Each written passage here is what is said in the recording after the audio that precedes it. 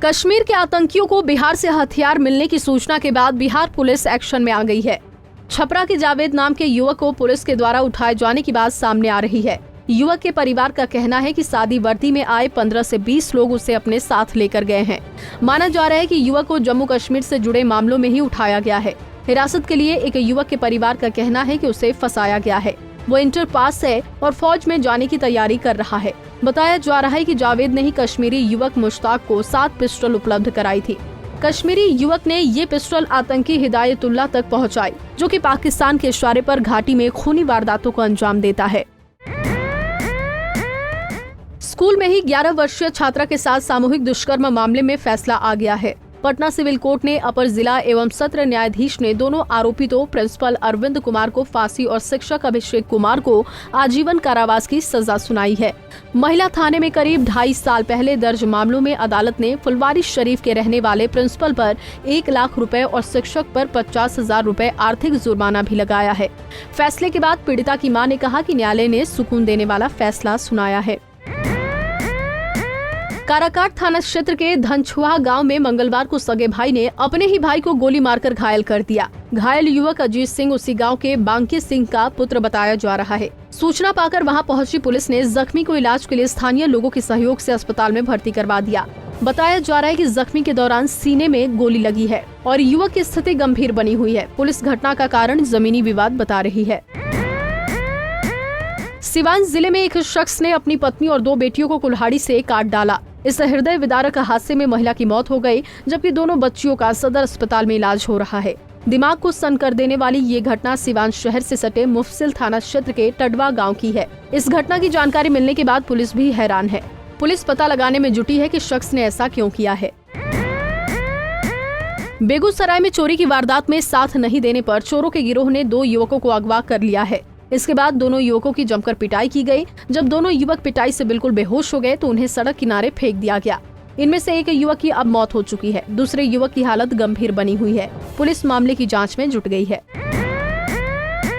तोपचांची थाना के सामने जीटी रोड पर उस वक्त कोहराम मच गया जब एक कंटेनर चालक एक हाथ में तलवार और दूसरे हाथ में रिवॉल्वर लहराते हुए सड़क पर दौड़ने लगा। उसे काबू में करने के लिए तोपचांची थाने की पुलिस पीछे पीछे भाग रही थी।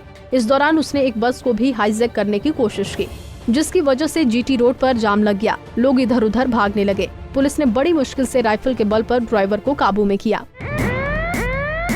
रांची में हवाला कारोबार से जुड़े ठिकानों पर पुलिस ने बड़ी कार्रवाई की है। राजधानी रांची में हवाला कारोबार से जुड़े तार को खंगालने के लिए पुलिस ने शहर के विभिन्न थाना क्षेत्रों में एक साथ कई जगहों पर छापेमारी की। इसमें कोतवाली थाना क्षेत्र के अपर बाजार स्थित श्री सिद्धि कपड़े की दुकान में छापेमारी करते हुए कर्मचारियों से हवाला कारोबार से जुड़े तार की जानकारी ली गयी। इसके बाद कोतवाली एएसपी के नेतृत्व में टीम ने गोपाल कॉम्प्लेक्स के पास एचपी चैम्बर भवन के दूसरे तल्ले में प्रतीक जैन के ठिकाने पर भी छापेमारी की। कार्यालय से मोटी रकम के ट्रांजैक्शन से जुड़े कई दस्तावेज मिले हैं। यहां तक कि कार्यालय के अंदर से 2 नोट गिनने वाली मशीन भी बरामद की गई है। इसकी जाँच रांची के कोतवाली थाना पुलिस कर रही है। लोहरदगा में नक्सल विरोधी अभियान के दौरान आईईडी ब्लास्ट में एक जवान शहीद हो गया। शहीद जवान के पार्थिव शरीर को पोस्टमार्टम के लिए रिम्स लाया गया, जिसके बाद श्रद्धांजलि दी गई और फिर उसे गुमला जिले के पैतृक गांव में भेजा गया। बता दें कि घायल जवान को गंभीर स्थिति में भारतीय वायुसेना के हेलीकॉप्टर की मदद से रांची लाया गया था, लेकिन मेडिका में इलाज से पहले ही उसकी मौत हो गई। दरअसल लोहरदगा के सेरेनदाग थाना क्षेत्र के जंगल में नक्सल विरोधी अभियान के दौरान आईईडी विस्फोट की चपेट में आने से सेट 3 के जवान दुलेश्वर परास घायल हो गए थे। जुगसलाई पुलिस ने ब्राउन शुगर की खरीद बिक्री करने वाले गिरोह के 2 सदस्यों को गिरफ्तार किया है। इनके पास से 30 लाख मूल्य के ब्राउन शुगर बरामद किए गए हैं। गिरफ्तारी आरोपितों में आदित्यपुर मुस्लिम बस्ती के सादिक अंसारी और पश्चिम बंगाल के मुर्शिदाबाद जिले के लाल गोला थाना क्षेत्र निवासी हसीउर रहमान उर्फ आलम है। एसएसपी एम तमिल वानन ने बताया कि दोनों के पास से 200 ग्राम के ब्राउन शुगर जब्त किए गए हैं।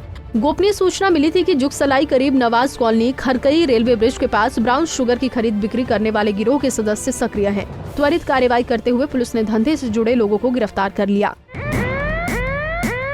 घाटशिला के उल्दा पंचायत में एक दिव्यांग युवती के साथ उसी गांव के एक अधेड़ ने जबरन दुष्कर्म किया।